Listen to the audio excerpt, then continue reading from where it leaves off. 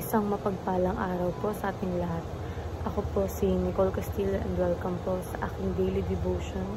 So, ang topic po natin ngayon is special grace. So, when we say special grace po, it is also called saving grace. It is the sovereign work of God whereby He brings sinners to salvation in Christ. Unlike common grace, which is given to all, special grace is effectual and particular. It is applied only to God's elect, drawing them irresistibly to faith and repentance. It is not earned or deserved, but flows from God's eternal love and covenant mercy in Christ. So, sabi po ito sa Ephesians chapter 2, verse 8 to 9, "For it by grace you have been saved, through faith, and this is not from yourself, it is the gift of God."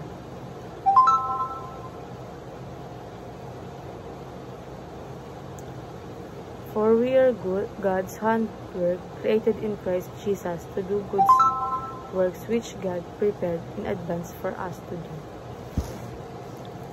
So, dumako naman po tayo sa ating katuruan. Sinasabi po ito na common grace is for all people. So, ang common grace ay yung kabutihan ni God na nararanasan ng lahat ng tao, believers man o hindi. So, halimbawa, ulan, araw, hangin, kalusugan, ang mga opportunity sa buhay. Kahit hindi sila naniniwala kay Jesus, nararanasan pa rin nila ang blessings na ito. So, next po is special grace is for believers only. So, ang special grace ay ibinibigay ni God sa mga sumasampalataya kay Jesus. Ito ang grace na nagliligtas, nagbibigay ng bagong puso at nagdadala ng eternal life. Next is, Jesus is the most special gifts.